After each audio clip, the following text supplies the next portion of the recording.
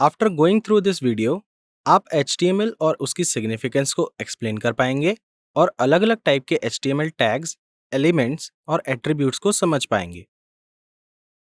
अभी तक हमने HTML के बारे में थोड़ा बहुत डिस्कस किया है, जैसे क्लाइंट सर्वर कम्युनिकेशन में जो हमने HTML रिस्पॉन्स या फिर किसी वेब पेज का HTML कोड कैसे देखते हैं। तो आगे बढ़ने से पहले चलिए HTML को एक फॉर्मल डेफिनेशन देते हैं। HTML stands for Hypertext Markup Language। Markup language human readable होती है, जिसका मतलब है कि उसमें टिपिकल प्रोग्रामिंग सिंटैक्स की जगह स्टैंडर्ड वर्ड्स होते हैं। HTML को यूज करके हम वेब पेजेस क्रिएट कर सकते हैं। वेब पेज पे हमें जो भी टेक्स्ट कंटेंट दिखाना है, हम उसे HTML की हेल्प से लिखते हैं। और स्टाइलिंग के लिए, दैट इज जो लुक एंड फील पार्ट होता है किसी वेब पेज का, जिसमें कलर्स, साइजेस, स्पेसिंग्स इंक्लूड होती हैं, इन्हें हम CSS की हेल्प से स्टाइल करते हैं और इसे हम नेक्स्ट मॉड्यूल में कवर करेंगे। चलिए इस HTML कोड को देखते हैं और इससे एसोसिएटेड वेरियस टर्म्स को समझते हैं। इन एंगल ब्रैकेट्स के अंदर जो भी होता है वो HTML टैग्स होते हैं। यहाँ पर इस कोड में आप देख सकते हैं कि ये सब जो हाईलाइटेड है वो HTML टैग्स हैं, जैसे HTML head, title, body, H1, paragraph and so on. HTML tags usually pairs में होते हैं, मतलब उनमें एक ओपनिंग टैग और एक क्लोजिंग टैग होता है। फॉर एग्जाम्पल, इस H1 HTML टैग से हम मेन हेडिंग को डिफाइन करते हैं। यहाँ आप एक ओपनिंग और एक क्लोजिंग टैग देख सकते हैं। क्लोजिंग टैग्स हमेशा फॉरवर्ड स्लैश से स्टार्ट होते हैं और ओपनिंग और क्लोजिंग HTML टैग के बीच में जो भी होता है उसे कंटेंट कहते हैं। यहाँ पर this is the heading content है। कुछ ऐसे टैग्स भी होते हैं जिनमें कोई कंटेंट नहीं हो सकता। फॉर एग्जाम्पल, आप इस HR टैग को देखिए, इससे हम हॉरिजॉन्टल लाइन बनाते हैं। ऐसे टैग्स के लिए हमें सेपरेट ओपनिंग और क्लोजिंग टैग्स की जरूरत नहीं होती है और ऐसे केसेस में हम सेल्फ क्लोजिंग टैग्स यूज करते हैं। तो सेल्फ क्लोजिंग टैग्स ओपनिंग और क्लोजिंग टैग्स का कॉम्बिनेशन होते हैं। क्लोजिंग टैग्स की तरह सेल्फ क्लोजिंग टैग्स में भी फॉरवर्ड स्लैश होता है, लेकिन टैग नेम के एकदम बाद। हमने पहले कहा था कि इस टैग में कोई कंटेंट नहीं हो सकता है। इसका मतलब है कि अगर आप HR टैग में कोई कंटेंट एंटर करेंगे तो वो कंटेंट आउटपुट में प्रिंट नहीं होगा और हमें बस एक हॉरिजॉन्टल लाइन ही दिखेगी।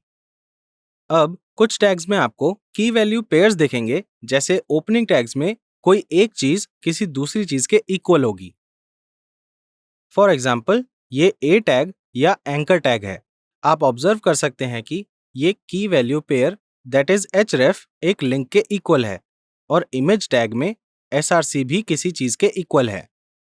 ये एडिशनल इंफॉर्मेशन जो किसी एलिमेंट को पास की जाती है उसे एट्रीब्यूट्स कहते हैं। एट्रीब्यूट्स ब्रैकेट्स के क्लोज होने से पहले ओपनिंग टैग्स में प्रेजेंट होने चाहिए और ये हमेशा डबल इन्वर्टेड कॉमास में एनक्लोज्ड होते हैं। अब आप पूछेंगे कि एलिमेंट क्या होता है? वेल, एक ओपनिंग टैग, क्लोजिंग टैग और उनके बीच के सारे कंटेंट को हम HTML एलिमेंट कहते हैं। जैसे ये बॉडी एलिमेंट है और ये H1 एलिमेंट है। अब अगर आप इस HTML कोड को देखेंगे तो आप ऑब्जर्व करेंगे कि HTML एलिमेंट्स को हम नेस्ट कर सकते हैं, जिसका मतलब है कि हम उन्हें एक दूसरे के अंदर प्लेस कर सकते हैं। आइए इसे सिंप्लीफाई करके समझते हैं। यहाँ पर आप बॉडी एलिमेंट देख सकते हैं जो HTML एलिमेंट के अंदर प्लेस्ड है। इसका मतलब है कि बॉडी एलिमेंट HTML एलिमेंट के कंटेंट का पार्ट है। हम ये भी कह सकते हैं कि बॉडी एलिमेंट HTML एलिमेंट का चाइल्ड है और inversely HTML element body element का पेरेंट है। अगर आप ध्यान से देखेंगे तो आप ऑब्जर्व करेंगे कि हम HTML एलिमेंट्स को एक दूसरे के बाद भी प्लेस कर सकते हैं, जैसे बॉडी एलिमेंट को हेड एलिमेंट के बाद प्लेस किया है। यहाँ पर बॉडी और हेड एलिमेंट दोनों का पेरेंट एलिमेंट सेम है, that is the HTML element. तो हम कह सकते हैं कि हेड एलिमेंट और बॉडी एलिमेंट सिबलिंग्स हैं। ऐसे ही HR एलिमेंट H1 एलिमेंट का सिबलिंग है। ऑल्सो आप याद रखिए कि HTML एलिमेंट्स की ओवरलैपिंग नहीं हो सकती है। इसका मतलब है कि अगर कोई एलिमेंट किसी दूसरे एलिमेंट के अंदर स्टार्ट होता है तो उसे पेरेंट एलिमेंट से पहले क्लोज होना पड़ेगा।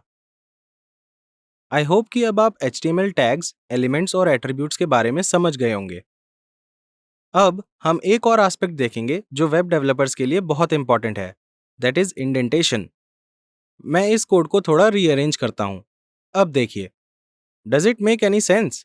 क्या आपको समझ आ रहा है कि कौन सा एलिमेंट किस एलिमेंट के अंदर प्लेस्ड है या कौन सा एलिमेंट किसके बाद प्लेस्ड है? No, right? So here comes indentation to the rescue. Indentation code लिखने का एक तरीका है जिससे आप एक प्रॉपर प्रोग्राम स्ट्रक्चर कन्वे कर सकते हैं। इसका मतलब है कि इसमें हम हर लाइन से पहले कुछ लीडिंग स्पेसेस ऐड करेंगे, जिससे हम बिना पढ़े सिर्फ देखकर ही प्रोग्राम स्ट्रक्चर समझ जाएंगे। अब हम इंडेंटेशन को यूज करके कोड को स्ट्रक्चर्ड और रीडेबल कैसे बनाते हैं, ये हम नेक्स्ट वीडियो में देखेंगे। So stay tuned.